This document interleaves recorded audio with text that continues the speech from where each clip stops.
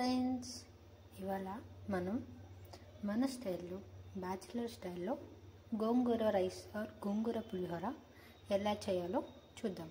ఫస్ట్గా నేనైతే గోంగూర తీసుకున్నాను. అవి ఆకులాకులుగా వలిచేసాను. యాక్చువల్గా నేను తీసుకున్నదైతే ఎర్ర గోంగూరకు అనమాట. సో మీకు పులుపు ఎక్కువ కావాలి అంటే ఎర్ర గోంగూర తీసుకోవడం బెటర్. ఎందుకంటే తెల్ల గోంగూరలో పులుపు అనేది చాలా తక్కువ ఉంటుంది. ఇఫ్ యూ ఇన్ కేస్ తెల్ల గోంగూర తీసుకుంటే నిమ్మకాయ వాడండి. సో ఇన్ ద ప్రాసెస్ నేను చెప్తాను. ప్రజెంట్కి ఇది వాష్ చేసుకుందాం. గోంగూరని కడిగి పక్కన పెట్టుకోండి. ఆ తర్వాత ఇలా చూపించిన విధంగా స్టవ్ ఆన్ చేసుకొని బాణలి పెట్టుకొని ఒక 2 to 3 టేబుల్ స్పూన్స్ ఆయిల్ వేసుకోండి. ఆయిల్ హీట్ వచ్చాక ఇలా గోంగూరని ఆయిల్లో ఫ్రై చేసుకున్నాం. కొంచెం మెత్తపడేంత వరకు, ఇది పచ్చి వాసన పోయి జిగురుగా వచ్చే వరకు వేయించుకుందాం. 2-3 నిమిషాలు గోంగూరని ఆయిల్లో వేయించిన తర్వాత ఇలా పక్కకు తీసి పెట్టుకోండి.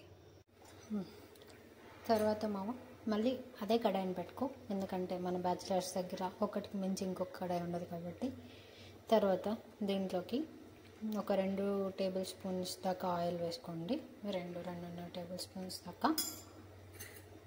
అది కొంచెం హీట్ రానివ్వండి. మనకు ఎక్కువ కదా, బట్ హీట్ రానివ్వండి. అది హీట్ వచ్చిన తర్వాత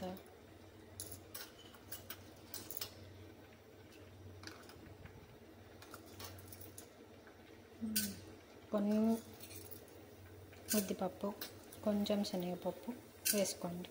ఎందుకంటే తినేటప్పుడు టేస్ట్ బాగుంటుంది కాబట్టి. అలా అవి కొంచెం చిక్కుపట్లాడిన తర్వాత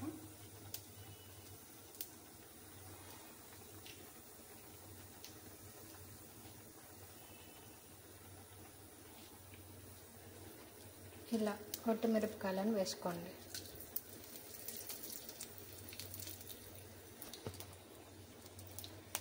ఆగండి నేనే వంట చేయాలి, నేనే వీడియో తీయాలి కాబట్టి మనం ఇంకా కొత్తగా స్టార్ట్ చేస్తున్నాం. సో కొంచెం వీడియో అటు ఇటుగా ఉంటుంది, అడ్జస్ట్ చేసుకోండి. ఇలా కొంచెం వేసుకున్న తర్వాత ఇందులోకి కొన్ని ఆవాలు, కొంచెం జీలకర్ర, దాంతోపాటు మీకు సరిపడా పల్లీలు వేసి వేయించుకోండి బాగా.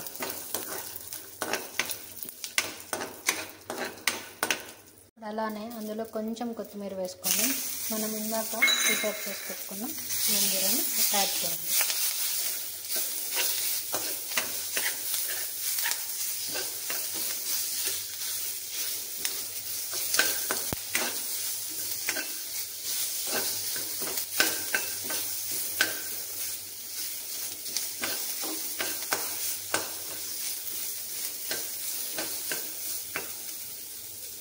మనం ఇప్పటిదాకా ఉప్పు వేయలేదు కదా, సో ఇందులోకి కొంచెం సాల్ట్ వేసుకున్నాం.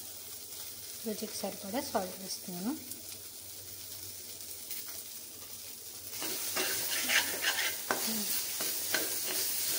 మళ్ళీ దీనికి పడ్డాం.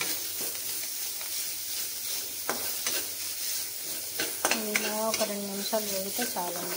ఎందుకంటే మనం ఆల్రెడీ ఇందాక వేయించాము. ఎక్కువ వేయిస్తే పోపు అవన్నీ మారిపోతాయి.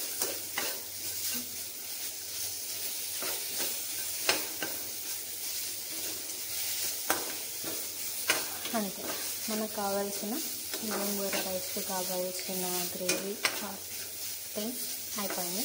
నెక్స్ట్ ఏం చేయాలి, దీన్ని ప్లేట్లో తీసుకొని కలుపుకొని తినేయడం అంతే. ఇప్పుడు ఇలా ప్లేట్లోకి అన్నం సర్వ్ చేసుకొని మనం చేసుకున్న గోంగూర పులిహోర గ్రేవీని ఇలా తీసుకొని ఇలా కలుపుకొని తినేసడమో మామ. టేస్ట్ మాత్రం చెప్తున్నా, నిజంగా అదిరిపోయింది. మీరు కూడా తప్పకుండా ట్రై చేయండి. ఎలా వచ్చిందో తప్పకుండా కామెంట్స్లో కామెంట్ చేయండి.